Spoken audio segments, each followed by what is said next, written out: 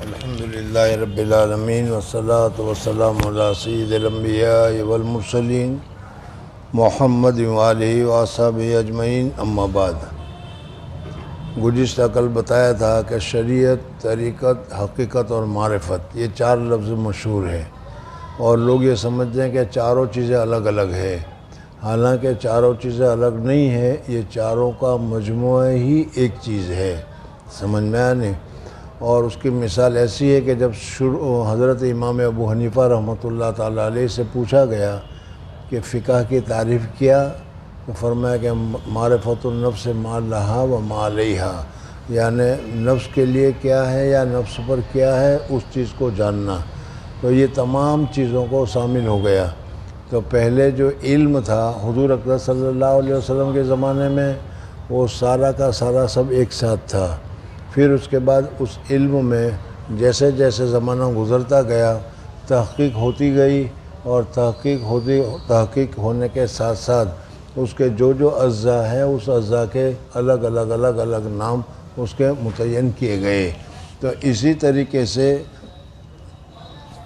شریعت، معرفت، طریقت اور حقیقت یہ جو ہے ابتدا کے اعتبار سے دیکھو تو یہ چاروں چیزوں کے مجموعے کا نام ہی شریعت ہے، چاروں اس چیزوں کا نام دین ہے، اور یہ چاروں چیزیں ضروری ہے۔ لیکن جب بعد میں تفصیل ہوتی گئی تو جو اعمال ظاہری بدن سے ہوتے ہیں، ہاتھ سے ہوتے ہیں، جیسے وضو ہوتا ہے، نماز ہوتی ہے، زکوٰۃ ادا کی جاتی ہے، اعمال ظاہرہ جس کو کہتے ہیں، اعمال ظاہرہ اور اعمال ظاہرہ کے جو احکامات وغیرہ ہیں اس کو شریعت سے تعبیر کیا گیا کہ بھئی یہ شریعت ہے۔ سمجھ میں آ گیا؟ اور اعمال ظاہرہ کے ساتھ جس طریقے سے نماز پڑھنا عمل ظاہر ہے، روزہ رکھنا بھی اسی طریقے سے، زکوٰۃ دینا بھی، یہ سب کے سب اعمال ظاہرہ ہیں۔ اسی طریقے سے بعض اعمال ایسے ہیں کہ جس کو اعمال باطنہ سے تعبیر کیا جاتا ہے، یعنی باطنی چیزیں۔ سمجھ میں آ گیا؟ اور اس کا تعلق صرف دل کے ساتھ ہے۔ سمجھ میں؟ تو ایسے اعمال کو اعمال باطنہ سے تعبیر کیا گیا ہے۔ جیسے کیا ہے؟ اللہ تبارک و تعالیٰ پر ایمان لانا، کہ ایمان کا تقاضا دل ہی کے ساتھ ہے۔ کس کے دل میں ایمان ہے، کس کے دل میں ایمان نہیں ہے، ہم کوئی فیصلہ نہیں کر سکتے، اس لیے کہ دل کی حالت ہمارے سامنے نہیں ہے۔ تو اعمال کے دو قسمیں ہو گئی، ایک کو اعمال ظاہرہ کہتے ہیں، اور دوسرے جو عمل ہے اس اعمال کو اعمال باطنہ کہتے ہیں۔ اعمال باطنہ میں بھی کیا ہے؟ اللہ تبارک و تعالیٰ کی رضا ہے، اللہ تبارک و تعالیٰ کے ساتھ محبت ہے، اللہ تبارک و تعالیٰ کے ساتھ ولایت ہے۔ سمجھ میں آ گیا؟ یہ سب کے سب جو عمل ہے اس کا تعلق دل کے ساتھ ہے۔ اور اسی طریقے سے صبر کرنا اور شکر ادا کرنا، ان کا بھی تعلق دل ہی کے ساتھ ہے۔ سمجھ میں آ گیا؟ اسی طریقے سے اعمال باطنہ جو ہے اس کی بھی دو قسمیں ہے، ایک تو محمودہ اور ایک مذمومہ۔ محمودہ اچھے تو وہ میں نے ابھی تمہارے سامنے ذکر کیے، اور اس کے علاوہ بھی اور بہت ساری چیزیں۔ لیکن بعض اعمال ایسے ہیں کہ جس کا تعلق دل سے ہے لیکن وہ مذمومہ ہے، کبر کرنا، تکبر کرنا، ناشکری کرنا، اللہ تبارک و تعالیٰ کے احکامات کے ناپسند کرنا وغیرہ، اس قسم کی جو چیزیں ہیں یہ اعمال باطنہ میں ہے، اور اعمال باطنہ میں ناپسندیدہ اعمال میں سے ہے۔ جب یہ سمجھ میں آ گیا تو پھر یہ بتاؤ کہ جو عمل ظاہری ہے نماز پڑھنا، اب اس نماز کے پڑھنے کے ساتھ ساتھ اعمال باطنہ جو ہے اللہ تبارک و تعالیٰ کو اس طریقے سے نماز پڑھنا کہ گویا کہ تم اللہ تبارک و تعالیٰ کو دیکھ رہے ہو، یہ اسی وقت میں ہوگا جب تم کو اللہ تبارک و تعالیٰ کی محبت اور اللہ تبارک و تعالیٰ کی معرفت حاصل ہوگی۔ سمجھ میں آ گیا؟ قرآن پاک میں بھی اللہ تبارک و تعالیٰ نے فرمایا کہ الا ان اولیاء اللہ لا خوف علیہم ولا هم یحزنون، وہ ایمان لائے اور انہوں نے تقوی اختیار کیا۔ تو اب ایمان اور تقوی یہ بھی باطن کی چیزیں ہیں، دل سے اس کا تعلق ہے۔ اب اس میں اگر کوئی آدمی ایمان لے آیا تو نفس مومن اس کو بھی اللہ تبارک و تعالیٰ کے ساتھ محبت ہے، اللہ تبارک و تعالیٰ کو وہ مانتا ہے، اللہ تبارک و تعالیٰ سے وہ محبت کرتا ہے، اللہ تبارک و تعالیٰ کو ایک مانتا ہے، اللہ تبارک و تعالیٰ کو قادر مطلق مانتا ہے، ایمان لانے کے ساتھ یہ ساری چیزیں تو وہ مانتا ہے۔ سمجھ میں آ گیا؟ تو اگر کوئی آدمی ایمان لے آیا تو نفس ایمان والا بھی، اور اگر کوئی آدمی اللہ تبارک و تعالیٰ سے ڈرتا ہے، تقوی اختیار کرتا ہے، تو ذرا سا تقوی اختیار کرنے والا بھی کیا ہے؟ اللہ تبارک و تعالیٰ کا پسندیدہ ہے، اللہ تبارک و تعالیٰ کا محبوب ہے۔ لیکن صحیح معنی میں تو تقوی کامل ہو، پورا تقوی ہو، اور اسی طریقے سے ایمان کامل ہو، پورا ایمان ہو، اسی کو اللہ تبارک و تعالیٰ کا محبوب اور اللہ تبارک و تعالیٰ کا کیا ہے؟ پسندیدہ بندہ کہا جاتا ہے۔ سمجھ میں آئے نہیں؟ اور اس کی موٹی سی مثال اگر آپ لوگوں کو سمجھنے میں آئے تو یہ ہے کہ دیکھو، اس وقت آپ حضرات کے جیب میں کم سے کم 1 روپیہ تو ہوگا۔ 1 روپیہ ہونے کی وجہ سے پیسے والے ہوئے کہ نہیں؟ سمجھ میں آیا؟ لیکن عرف میں، محاورے میں، جس کے پاس 1 روپیہ ہو، 2 روپے ہو، 10 روپے ہو، 100 روپے ہو، اس کو بھی کوئی مالدار نہیں کہتا، پیسے والا نہیں کہتا۔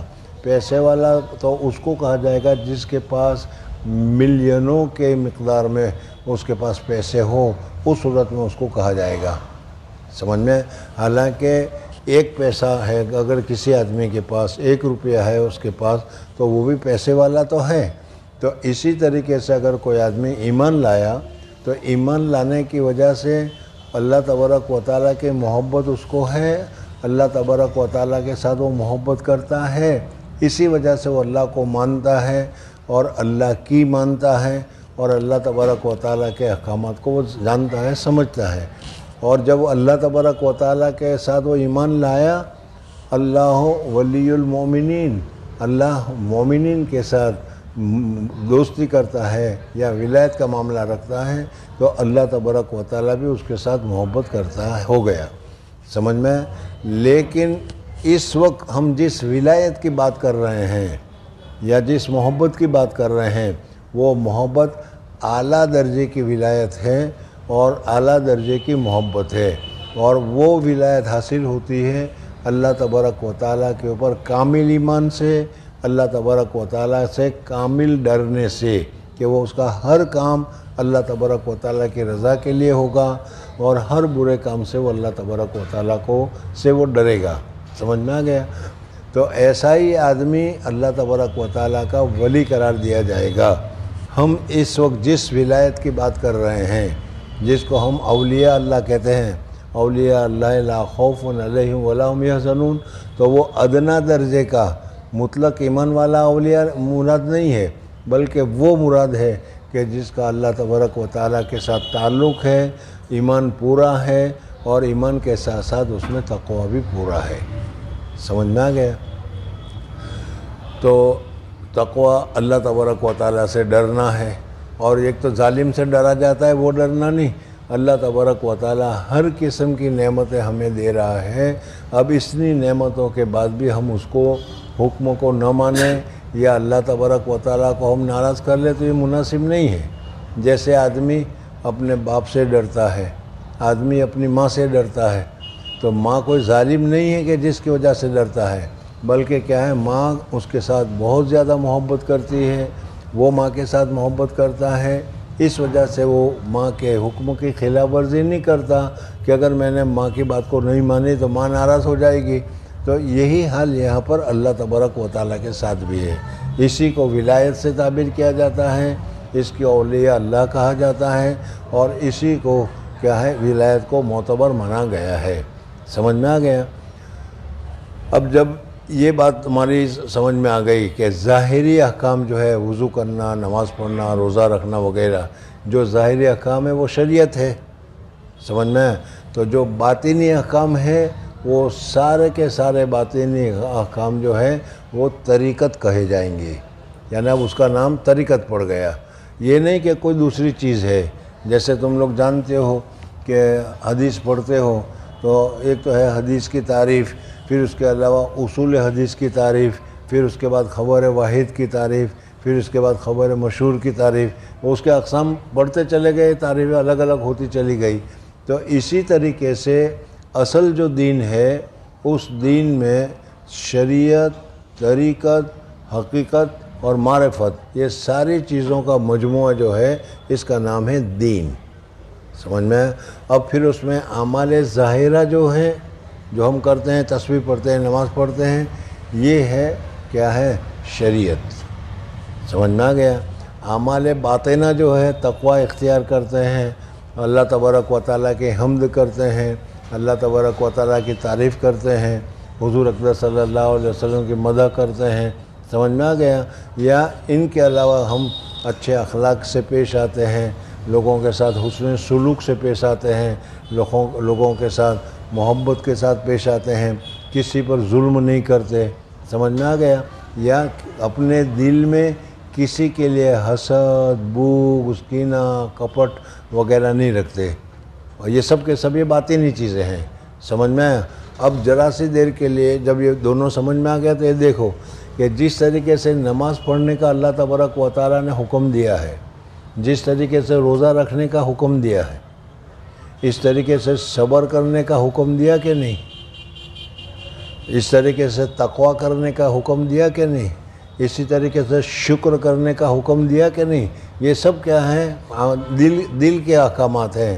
لیکن اس کا بھی اللہ تبارک و تعالیٰ نے جیسا اقیم الصلاۃ کہا، زکوٰۃ ادا کرنے کے لیے کہا، روزہ رکھنے کے لیے کہا، جیسا اس کا حکم ہے وہی حکم شکر کرنے کا بھی ہے، وہی حکم کیا ہے؟ گناہ سے بچنے کا بھی ہے، وہی حکم تکبر نہ کرنے کا بھی ہے، وہی حکم تواضع اختیار کرنے کا بھی ہے.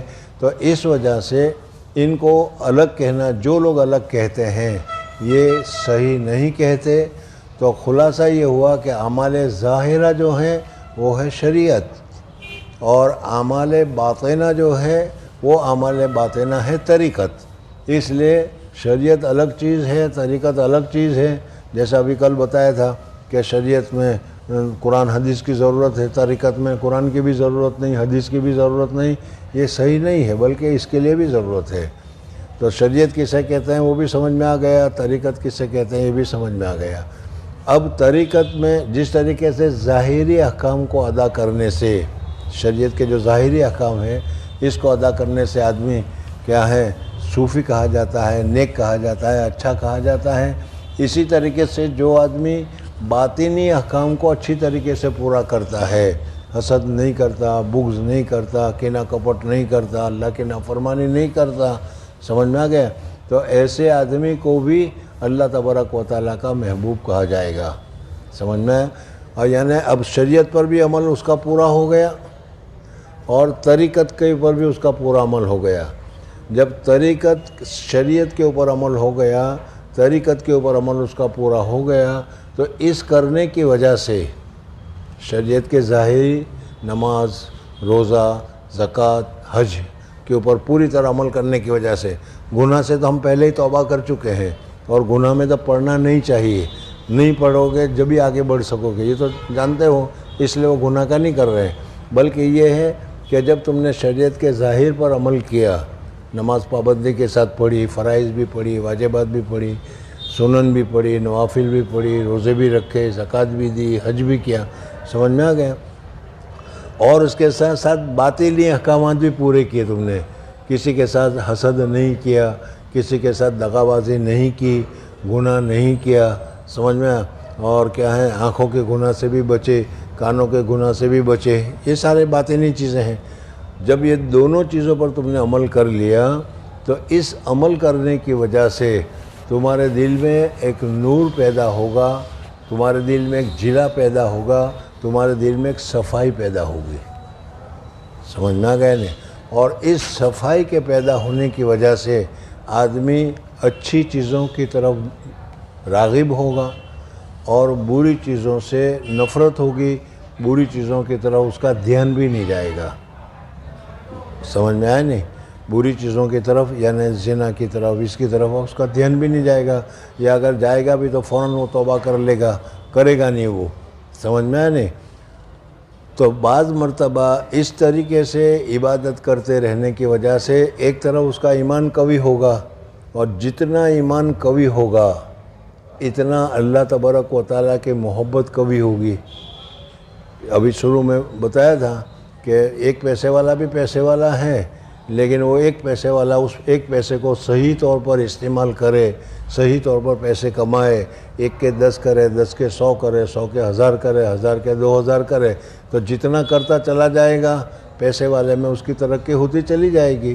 اسی طریقے سے اللہ تبارک و تعالیٰ کے ساتھ ایک تو ہے ایمان لانا اور پھر تقوی اختیار کرنا، جیسے ابھی آیت تمہارے سامنے ذکر کی گئی۔ تو اب ایمان کے کاموں کو، ظاہری کاموں کو اور ایمان کے باطنی کاموں کو جب وہ اچھی طریقے سے کرتا رہے گا تو اس کا ایمان ترقی کرتا رہے گا۔ الایمان و بیزون شعبتاً، ایمان کے جو 72 طریقے ہیں ان میں یہ ساری چیزیں آ گئی، اور ان تمام طریقوں سے 72 کے 72 طریقے پر اس کا ایمان کامل ہوتا چلا گیا۔ ابھی 40 پر پہنچا، 42 پر پہنچا، 50 پر پہنچا، 55 پر پہنچا، 60 پر پہنچا، 70 پر پہنچا، 72 پر پہنچا، اس طریقے سے سب اس کا ایمان کامل ہو گیا۔ جب ایمان کامل ہو گیا تو ایمان کے کامل ہونے کے ساتھ ساتھ بھی جتنا ایمان اللہ کے ساتھ بڑھے گا اتنی اللہ کے ساتھ محبت بڑھے گی۔ اب محبت بھی اس کی کامل ہو گئی، اب یہ بھی اللہ تبارک و تعالیٰ کے ساتھ محبت کرتا ہے۔ قرآن پاک کہتا ہے والذین آمنوا اشد حبا للہ، وہ اللہ تبارک و تعالیٰ کے ساتھ بہت محبت کرتے ہیں۔ سمجھ میں؟ ہماری تو محبت ابھی کم ہے، ہمارا ایمان بھی کمزور ہے، لیکن جب جب یہ ایمان بڑھتا چلا جائے گا، ایمان کے بڑھنے کے ساتھ ساتھ شریعت کے ظاہری احکامات کے اوپر جس طریقے سے عمل کرتے ہوئے چلا جائے گا، اسی طریقے سے باطنی چیزوں کے اوپر، روحانی چیزوں کے اوپر، قلبی چیزوں کے اوپر جتنا وہ عمل کرتا چلا جائے گا اتنا اس کے لیے تقوی اور ایمان بڑھتا رہے گا۔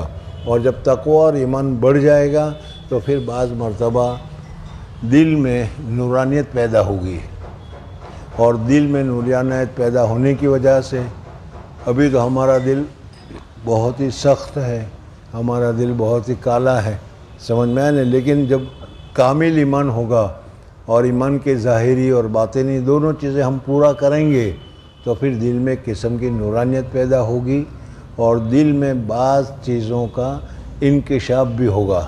اللہ تبارک و تعالیٰ کبھی اچھا خواب دکھلا دیں گے، تم دعا کرو گے تو تمہاری دعا قبول ہوگی۔ بزرگان دین کے پاس ہم جاتے ہیں، اور اسی وجہ سے کہ شریعت اور طریقت ان کی پوری ہونے کی وجہ سے یا زیادہ اچھی ہونے کی وجہ سے ان کو اب اس تیسری چیز کیا ہے، حقیقت بھی معلوم ہوگی کہ اب یہ حقیقت ہے، سمجھ میں آنے، تو معرفت بھی ان کو ہوگی، اور معرفت کے ساتھ ساتھ اس کو حقیقت کا علم بھی ہوگا، سمجھ میں آنے، وہ سمجھیں گے کہ اللہ تبارک و تعالیٰ کی محبت کا کیا مطلب ہے، اللہ تبارک و تعالیٰ کی ناراضگی کا کیا مطلب ہے۔ ہم گناہ کرتے ہیں تو گناہ کرنے کی وجہ سے چیزوں میں سے لذت ختم ہو جاتی ہے، اور وہ ان لوگوں کو پتہ چلتا ہے، سمجھ میں آ گیا نا؟ تو اب شریعت کسے کہتے ہیں وہ بھی تمہاری سمجھ میں آ گیا، طریقت کسے کہتے ہیں وہ بھی تمہاری سمجھ میں آ گیا، اور اسی طریقت کے ساتھ ساتھ دل میں جو نورانیت پیدا ہوگی اس نورانیت کے ذریعے سے حقیقت ہوگی، اور حقیقت کے ساتھ معرفت پیدا ہوگی، تو یہ چاروں چیزیں اس میں آ گئی، اور چاروں چیزیں ایک ہی ہے، سمجھ میں آئے نہیں، لیکن اس میں جو فرق ہے، اس میں جو تفریق ہے، اس میں جو جدائی ہے وہ اس معنی کر ہے۔ اس وجہ سے کوئی شریعت کو شریعت کہتا ہے، کوئی طریقت کہتا ہے، کوئی معرفت کہتا ہے، کوئی حقیقت کہتا ہے، تو یہ چاروں چیزوں کا مجموعہ جو ہو گیا وہ پوری کی پوری شریعت ہو گئی۔ اور ہم کو اللہ کا حکم یہی ہے کہ ایمان لائے ہے تو پورا کا پورا ایمان لاؤ۔ یا ایھا الذین آمنوا، کہاں گیا؟ وہ یا ایھا الذین آمنوا ادخلوا فی السلم کافہ، پورے کے پورے اسلام میں داخل ہو جاؤ۔ یہ پورا کا مطلب یہی ہے کہ شریعت، طریقت، حقیقت، معرفت سب تمہارے اندر ہونا چاہیے۔ ہماری تو یہ چیزیں ہے ہی نہیں، اس لیے ہمارا ایمان تو بہت ہی چھوٹے درجے کا ہے۔ جیسے میں نے کہا نا کہ جیب میں 10 پیسے ہو تو وہ بھی 10 پیسے والا ہے، تو اس معنی کر ہم پیسے والے ہیں، باقی صحیح معنی میں پیسے والے تو وہ ہوں گے کہ جن کا دل پوری طریقے سے اللہ کی محبت سے بھرا ہوا ہوگا، اللہ کے اطاعت سے کے ساتھ بھرا ہوا ہوگا. ایسے آدمی کو کیا ہے صحیح معنی میں کامل مسلمان کہا جاتا ہے. اور ایسا آدمی اللہ تبارک و تعالیٰ کا ولی ہوتا ہے. اور اللہ تبارک و تعالیٰ نے ایسے آدمی کے لیے الا ان اولیاء اللہ لا خوف علیہم ولا هم یحزنون. خوف کہتے ہیں آئندہ میں کوئی چیز ہونے والی ہو، آئندہ میں کچھ ہونے والا ہو، مہنگائی بڑھ جائے گی، سردی بڑھ جائے گی، گرمی بڑھ جائے گی، ریل آ جائے گا آئندہ میں، تو اس کا جو احساس ہوتا ہے اس کو ہم خوف کہتے ہیں. بھائی ڈر ہے کہیں بارش نہ آ جائے، کہیں سیلاب نہ آ جائے، ڈر ہے کہیں مہنگائی اور ڈبل نہ ہو جائے، یہ آئندہ چیزوں کے لیے ہوتی ہے. تو اللہ جل جلالہ فرماتے ہیں کہ اولیاء اللہ کے اوپر لا خوف علیہم، آئندہ بھی ان کے اوپر کوئی خوف ہونے والا نہیں. آئندہ میں کیا ہوگا، کس طریقے سے ہوگا. آپ حضرات نے بہت ساری حدیثیں یاد کر رکھی ہیں. معلوم ہے کہ اس دن 7 قسم کے آدمیوں کو اللہ تبارک و تعالیٰ اپنے عرش کے سائے میں رکھے گا. سمجھ میں آ گیا نہیں؟ تو یہ ساری چیزیں ایمان کامل والے کے لیے ہے. جس کا ایمان کامل ہو، جس کا اعمال اچھے ہو، جو گناہ صغائر سے، گناہ کبائر سے تو خاص طور پر، اور گناہ صغائر سے بھی بچنے کا اہتمام کرتا ہو، تو پھر اس صورت میں حدیث میں آتا ہے کہ جب آدمی اس درجے پر پہنچ جاتا ہے تو اللہ جل جلالہ فرماتے ہیں پھر یہ حدیث تو یاد آ گئی نا تمہیں، وہ پوری عربی میں نہیں پڑھ رہا اور ترجمہ کر رہا ہوں. پھر میں اس کی آنکھ بن جاتا ہوں، پھر میں اس کا ہاتھ بن جاتا ہوں. اللہ تعالیٰ کہتے ہیں کیا مطلب؟ یعنی اب وہ آنکھ پھر اللہ کو جو رضا کی چیزیں ہیں، اللہ کو جو چیزیں پسند ہیں، صرف وہی دیکھتی ہے جس سے اللہ تبارک و تعالیٰ ناراض ہوتا ہے. پھر یہ آنکھ نہیں دیکھتی، دیکھ سکتی ہے وہ، لیکن ایسا موقع آئے گا فوراً آنکھوں کو بند کر دے گا، فوراً آنکھوں کو بند کر دے گا. سمجھ میں آیا نہیں؟ امام ابو حنیفہ رحمۃ اللہ علیہ کا ایک دم قصہ یاد آ گیا، صرف مثال کے طور پر بتا رہا ہوں کہ امام صاحب رحمۃ اللہ تعالیٰ علیہ کہیں پر کھڑے تھے، کوئی آ گیا مخالف ان کا اور آ کر اس نے اپنا پاجامہ نکال دیا تو امام صاحب نے فوراً آنکھیں بند کر دی. تو وہ کہتا ہے کہ کب سے آپ اندھے ہو گئے؟ تو کب سے آپ اندھے ہو گئے اس نے کہا. تو حضرت امام ابو حنیفہ رحمۃ اللہ نے کہا جب سے آپ پاگل ہو گئے، بیوقوف ہو گئے. سمجھ میں آئے نا؟ شطر کھل جائے، بیوقوفی نہیں تو پاگل پن نہیں تو اور کیا ہے. تو یہ پھر یہ آنکھ ناپاک چیز کو نہیں دیکھتی. سمجھ میں آ گیا؟ پھر یہ آنکھ غلط باتوں کو نہیں سنے گی. حضور اقدس صلی اللہ علیہ وسلم تشریف لے جا رہے تھے، راستے میں ایک جگہ گئے، حضور صلی اللہ علیہ وسلم نے کان میں انگلی ڈال دی. صحابی نے پوچھا ایسا کیوں؟ کیا کہا کہ دیکھو یہ میوزک بج رہا ہے، اس وجہ سے میں تو میوزک کو توڑنے کے لیے آیا ہوں. اور حضور صلی اللہ علیہ وسلم اپنے کام بند کر لیے. یہ تو حضور صلی اللہ علیہ وسلم کی بات تھی، لیکن اولیاء اللہ کا بھی یہی حل ہے کہ جہاں کوئی ناجائز چیز دیکھیں گے وہ فوراً انکار کریں گے کہ نا بھائی ہم یہ نہیں کرتے. تو جو حدیث میں بتایا جاتا ہے کہ جب پھر میں اللہ کہتا ہے پھر میں اس کی آنکھ بن جاتا ہوں، ناک بن جاتا ہوں، کان بن جاتا ہوں، منہ بن جاتا ہوں، ہاتھ بن جاتا ہوں، تو اللہ ہاتھ نہیں بنتے، بلکہ اس کا مطلب یہ ہے کہ پھر وہ ہاتھ میری رضا کے خلاف یا وہ ہاتھ میری پسند کے خلاف کہیں کا کام نہیں کرتا. وہ ہاں میری رضا میں تو وہ کام کرے گا لیکن میری ناراضگی میں وہ کام نہیں کرے گا. تو یہ کامل ایمان کی علامت ہے. اور جب کامل ایمان والے ہو گئے تو شریعت بھی آ گئی اس میں، طریقت بھی آ گئی اس میں، معرفت بھی آ گئی اس میں، اور حقیقت بھی آ گئی اس میں. اس وجہ سے جو لوگ کہتے ہیں کہ علماء کو کہ تم تو شریعت والے ہو، ظاہری شریعت والے ہو، ہم طریقت والے ہیں، تم کیا جانو طریقت والے کیا ہوتے ہیں. تو یہ سراسر دھوکہ ہے اور یہ سراسر گمراہی ہے. اس لیے کہ صرف ایک ہی حصے کو، صرف ہاتھ کو انسان نہیں کہا جائے گا، صرف کان کو انسان نہیں کہا جائے گا، یہ صرف ہاتھ کو انسان کہہ رہے ہیں. ارے سمجھ میں آیا کہ نہیں؟ تو اس وجہ سے چاروں چیزوں کی ضرورت ہے، شریعت کی بھی، طریقت کی بھی، معرفت کی بھی اور حقیقت کی بھی. اور ان سب کی حقیقت تمہارے سامنے اس وقت کیا ہے ذکر کی گئی ہے. سمجھ میں آ گیا؟ چل آگے کیا، یہ تو بڑا لمبا ہے، اس کو تو چھوڑ. جب یہ چاروں چیزیں سمجھ میں آ گئی، معرفت، شریعت، طریقت، معرفت اور حقیقت، اور یہ حقیقت میں چاروں ایک ہی ہے، سمجھ میں آیا. اور انسان کو ان چاروں چیزوں کی ضرورت ہے. جیسا کہ میں نے ابھی بتایا کہ نماز پڑھنا ضروری ہے، اس طرح زنا سے بچنا ضروری ہے کہ نہیں، سمجھ میں آیا.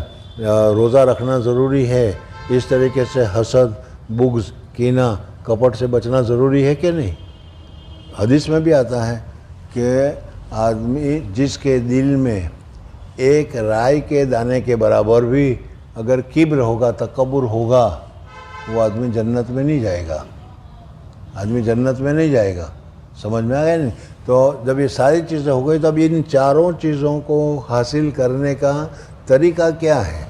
کہیں بازار میں ملتا ہو تو جا کر خرید کے لے آویں، لیکن یہ تو بازار میں بھی نہیں ملتی یہ چیز. تو شریعت، طریقت، حقیقت، معرفت، سمجھ میں. بعض لوگ کیا ہے طریقت کے مخصوص طریقے انہوں نے نکال رکھے ہیں، ناچنا، کودنا اور یہ کرنا اور وہ کرنا، سب یہ بکواس ہے، سمجھ میں. حضرت اقدس ثانی رحمۃ اللہ تعالیٰ علیہ، جس کو ہماری اصطلاح میں وجد کہتے ہیں، بیٹھے بیٹھے او کرنے شروع کر دیتے ہیں، سمجھ میں آنے. یہ تصوف نہیں ہے. ہاں دل کی حالت ہوتی ہے، لیکن یہ جو ہے کر رہے ہیں بہت ساری جگہ پر، تم نے دیکھا ہوگا. خیر بہرحال اب اس کو حاصل کرنے کے لیے ایک طریقہ ہے، اور وہ طریقہ میں نے پہلے بتایا تھا کہ حضور اقدس صلی اللہ علیہ وسلم کے زمانے میں تو آدمی نے حضور صلی اللہ علیہ وسلم کے ہاتھ پر ہاتھ رکھا، لا الہ الا اللہ محمد الرسول اللہ پڑھ لیا، بس اس پڑھنے کے ساتھ ہی حضور اقدس صلی اللہ علیہ وسلم کے انوارات، برکات، پاور ہاؤس اتنا پاورفل تھا کہ وہ دل میں سے ساری چیزیں نکل کر بالکل پاک صاف ہو جایا کرتا تھا. حسد بھی نکل گیا، بغض بھی نکل گیا، کینہ بھی نکل گیا، سمجھ میں آیا نہیں. اور پھر کبھی نماز اس کی نہیں چھٹتی، کبھی اس کا روزہ نہیں چھٹتا. آج ہماری تو کیا حالت ہے وہ ہم جانتے ہیں. ایمان بھی ہے لیکن اس کے ساتھ سمجھ میں آیا کہ نہیں. تو حضور اقدس صلی اللہ علیہ وسلم کے زمانے میں تو یہ حالت تھی. ادھر مسلمان ہوا، ایمان لایا، اور ایمان لانے کے ساتھ وہ اتنے اونچے درجے پر پہنچ جاتا تھا کہ جتنے اونچے درجے پر موجودہ زمانے کے شیخ اور کتب بھی نہیں پہنچ سکتے. صحابیت کا درجہ ان کو مل جاتا تھا، اور صحابیت کا ادنا سے ادنا صحابی کا درجہ جو ہے، سمجھ میں وہ ہزاروں کتب، ہزاروں غوث سے بڑھ کر ہے. یعنی یہ ساری چیزیں جہاں ختم ہو جاتی ہیں وہاں سے صحابیت شروع ہوتی ہے. پھر صحابیات میں بھی درجات ہے، سمجھ میں آیا نہیں. کوئی کس درجے کا، کوئی کس درجے کا، کوئی کس درجے کا، کوئی کس درجے کا، سمجھ میں آیا. سب سے اونچا درجہ ہے وہ صدیقیت کا ہے. وہ حضرت ابوبکر صدیق رضی اللہ تعالیٰ عنہ کو، حضرت عائشہ صدیقہ رضی اللہ تعالیٰ عنہ کو حاصل ہوا ہے. ہزاروں صدیق مل کر ایک نبی نہیں بن سکتے، ہزاروں فاروق بن کر ایک نبی نہیں بن سکتے. ہاں فاروقیت کا درجہ ہے، سمجھ میں. اس میں نبوت کی خاصیتیں آئے گی لیکن نبی نہیں بن سکتا. نبی کے لیے پھر اس سے اوپر کا درجہ ہونا چاہیے، اور نبی کے بعد پھر درجہ آتا ہے رسول کا. اور پھر رسولوں میں بھی درجے ہیں. تلک الرسل فضلنا بعضهم علی بعض، رسولوں میں اللہ تبارک و تعالیٰ نے درجات رکھے ہیں، اور سب سے اونچا درجہ اللہ تبارک و تعالیٰ نے حضور اقدس صلی اللہ علیہ وسلم کا رکھا ہے. ارے سمجھ میں آ گیا اتنا؟ یہ بہت اہم چیز ہے. اس کو اچھی طریقے سے سمجھو گے تو فائدہ ہوگا، ورنہ تو پھر آدمی گمراہ میں پڑ جائے گا. پھر یہی کہے گا کہ خواجہ نہیں دے گا تو اور کون دے گا.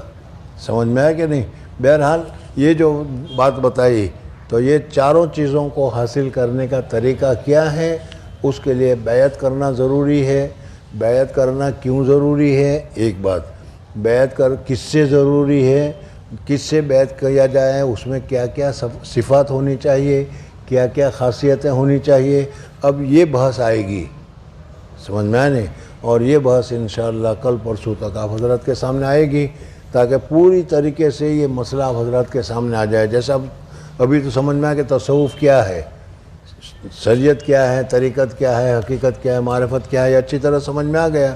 اب اس کے بعد اس کو حاصل کرنے کے لیے کیا طریقہ تھا؟ پہلا طریقہ تھا حضور صلی اللہ علیہ وسلم والا، وہ تو خیر القرون میں ختم ہو گیا، خیر القرون قرنی ثم الذین یلونہم، صلی اللہ علیہ وسلم نے فرمایا ثم یفشل الکذب، جھوٹ پھیلتا چلا جائے گا۔